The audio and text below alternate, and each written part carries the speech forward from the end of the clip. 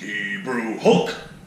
Alright everybody, I am back. I know it's been about a year and a half or almost close to 2 years since I made a video, but I'm working on coming back. A lot has happened these last 2 years. I'm training hard, eating right, trying to put on as much size as possible. So that's basically all you guys need to know at this point. More videos will be coming over the next 2 years. I haven't been slacking off. I've been trying new things, doing new things. And now, if that's all you want to know that I'm coming back, you can stop the video right here. If not, I'll tell you what happened in these next 2 years. I'll wait. You're still here? Alright, let's go about it. Alright, so as some of you may remember, I last competed in 2016 in the ABBA Southern Alberta Bodybuilding Federation. The ABBA Federation at Southerns in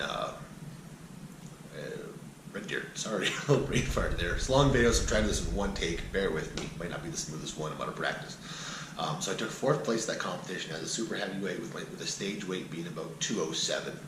I came in completely shredded, like you can make out every single muscle on my body. Even I was surprised how I looked when it came down to it.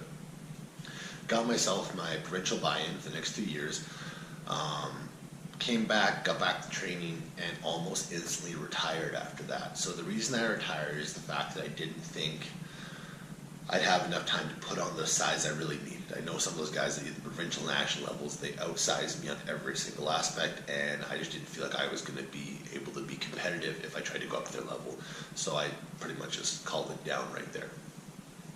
Now, I will say it was kind of a soft retirement. I knew I would do 1 or 2 shows later down the road.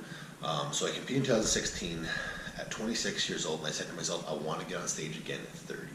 A lot of guys started to hit their prime in their 30s, but I had to make sure I was still training properly so that I wouldn't be just getting back on stage with having no real size put on in that time period. So I basically had to stop and rethink what I was going to do, and I decided to try powerlifting out. I found myself a local powerlifting coach who's actually very well known. He's got numerous athletes with world records in the Raw Federation, and so he took me on as a client, and I trained for about 6 months as powerlifter. I hated it. I have nothing against any powerlifters. I'm friends with a lot of them. I watched them compete. Actually, even during that 2-year period, I became a referee for the Raw Federation in Canada, and so like I have a lot of respect for the sport powerlifting. It's just not the right sport for me, and I've said it before, the proper fitness is the one that you enjoy doing, not the one that has whatever benefits, but it's the one you actually want to get up and do every day. I found myself not wanting to do it. It just wasn't the training style I liked, and so after those 6 months I kind of said, you know what, I'm going to try and go back to doing what I used to do. Went back to my old gym and started doing my own thing, and then actually that same powerlifting coach messaged me. He's like, hey, I gotta get back in shape. You're training really consistently. How about you and I train together? I'm like, yeah, sure, why not? We'll just do kind of like a mixture of bodybuilding, powerlifting kind of program. And so I started doing that for a while, and it worked out really good. Like I put a lot of my strength back on, a lot of size back on. Like even I was surprised. My massage therapist even said to me, I've never seen anybody change that much in 1 month, the month of me kind of quitting powerlifting to getting back into hardcore training. And it wasn't that I was doing anything exceptional. I had my mind right. I was willing to start to push myself more and more and more. And that's such a big thing of, I've talked about it before, about how much your mental capacity can change how you train and how you work out. You know, it's that question of how much pain you can put your body through. Anyways, that's for another video. So we trained down with him for a while, and I said, Kate, I got this goal for 2020. I'm going to step on stage. So I did that for a while, actually ended up hiring a pro bodybuilder as a coach. I picked the wrong coach. I'll talk about that more in a bit in another video. I'm not going to name any names of who it was, but I picked the wrong coach. And I want to get into detail, because I figured that's his own video talking about finding a coach. So then kept training, and actually my powerlifting coach buddy kind of took over my training after that, and I've now hit probably the biggest and strongest I've ever been at the leanest body weight. Because I sit around 280 right now, which is about the most I've ever been at the end of a bulk.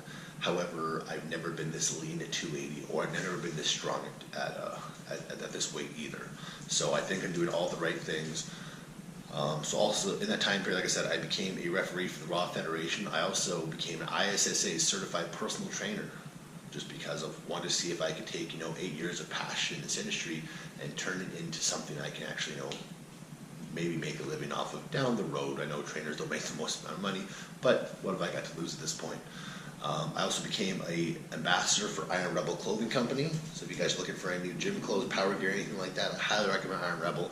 I'm not just saying that because they sponsor me, but because, or not sponsor me, because I'm an ambassador for them, but I actually really like the quality of their shirts. I wear them pretty much nonstop around town these days. You look at my Instagram account, I'm constantly wearing them. Because number one, they make clothes in my size, which I think would be an issue at this point, but it is, and they make clothes that actually fit my shape, which, you buy a shirt from Walmart, it's too tight in the chest, it looks like a tent. So it is what it is. So yeah, also my beard grew down to here. It was impressive. Sad you missed it. Picture it on Instagram if you want to see it.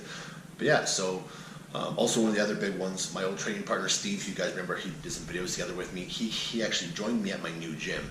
And so now me, my buddy who's the powerlifting coach, and Steve, we all train together, and we are constantly pushing each other as hard as possible. We all want to achieve things. We're all going to get things in our own way, but we're going to do it together. So last thing I wanted to say is, so I am a certified coach now. I just put my website online. Feel free to check it out, HUBREWHULK.com. I'll do some more talking about that as well later. I just wanted to say basically where I've been, that I'm coming back. I know this video was a lot of ranting, me staring off into places. I have not done a video in a while. Thank you for putting up with it. And like always, remember, if it doesn't challenge you, it doesn't change you. And 2 years off definitely changed me.